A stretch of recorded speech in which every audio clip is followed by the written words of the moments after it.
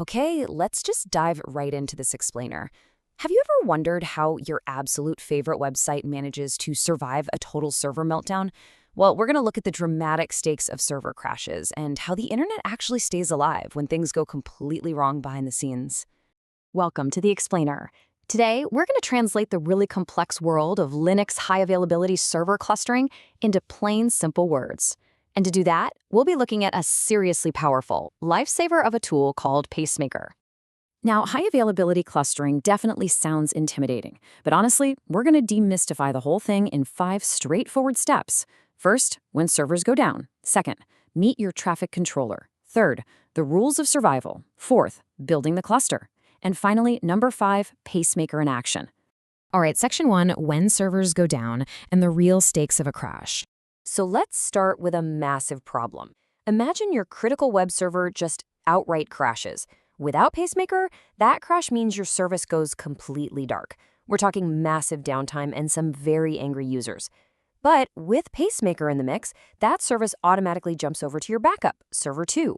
It minimizes downtime so effectively that your users probably won't even notice a blip. Moving right along to section 2, meet your traffic controller.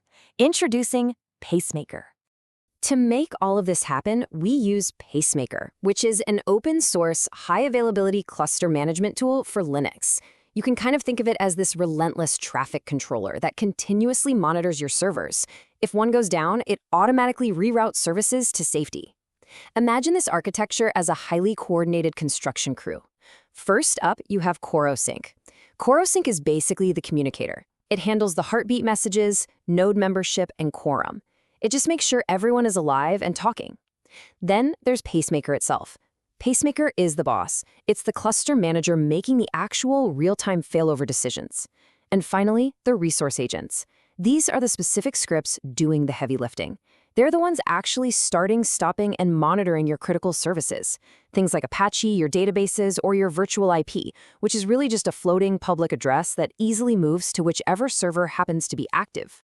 Okay, section 3, the rules of survival, where we translate all that jargon. To really understand how this team saves your data, we've got to learn their rulebook. And let's start with a pretty scary scenario. What actually happens if 2 servers both think they're in charge at the exact same time? Imagine 2 captains violently fighting over a ship's steering wheel. In server terms, that leads to absolute chaos. We call this situation split brain, and Pacemaker absolutely has to prevent this at all costs. Split brain happens when node 1 and node 2 both think they're the active nodes simultaneously. So they both try to write data at the exact same time, and the result?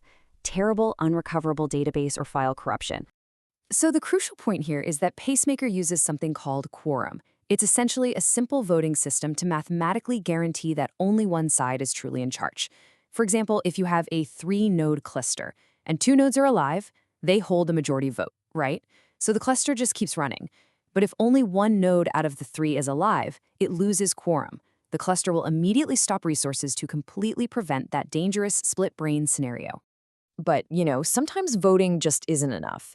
If a server is malfunctioning or hanging up, Pacemaker brings out the big guns with an incredibly dramatic acronym, STONITH, which, I kid you not, literally stands for shoot the other node in the head. No way, right? I know, it sounds like a line straight out of a zombie movie, but STONITH, which is also known as fencing, simply means acting as a digital paramedic and forcibly pulling the plug on a hanging server. Pacemaker literally powers off the failed node so the backup server can safely take over the application. And it does this so you don't have to worry about that original server suddenly waking back up and corrupting your whole database. All right, section 4, building the cluster, training the hero. Let's look at how this builds into reality on systems like Red Hat Enterprise Linux. Now, we won't get super bogged down in the code, but the setup process is actually beautifully simple. You just install your packages using your standard install commands, you enable the service, set a password for the cluster user, authenticate your nodes so they trust each other, and then just fire the whole thing up. Literally, with just a few commands, your cluster is alive, talking, and ready to go. Next up, we have to actually tell Pacemaker what to protect. So we create resources, like our virtual IP and our Apache web server. But the real magic happens when we organize them. We group these resources together, And we apply rules, which are called constraints, so they always move as a tight-knit team. For instance, an order constraint tells Pacemaker, hey, always start the virtual IP before the web server. And a colocation constraint tells it, always keep the Apache server on the exact same node as that VIP. This just ensures your application stays perfectly intact no matter where it gets moved in the cluster. Now, here is a super useful cheat sheet of the day-to-day commands you're actually going to use to manage this new setup. Think of it as your daily toolkit, checking your cluster's overall health, viewing your configuration, or even manually shifting your virtual IP between nodes for routine maintenance. It's all right here, done with a few simple keystrokes.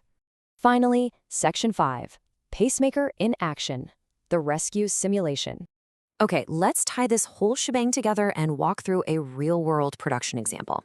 Let's set the scene. Your applications are running across two Linux servers. Node 1 is active and Node 2 is your standby. The resources that Pacemaker is managing are a virtual IP, a MariaDB database, and an Apache web server. In normal day-to-day operations, your users are happily browsing your app, getting routed securely through that virtual IP directly to the active Node 1. And meanwhile, Node 2 is just sitting there, patiently waiting. But then, suddenly, disaster strikes. Node 1 completely crashes out of nowhere. Well, immediately, Pacemaker detects the failure because those Corosync heartbeats just stop cold. Stoneth executes instantly, shooting the node in the head to securely power it off and lock down the data. Then the virtual IP automatically moves over to Node 2, MariaDB fires up on Node 2, and Apache starts right up on Node 2.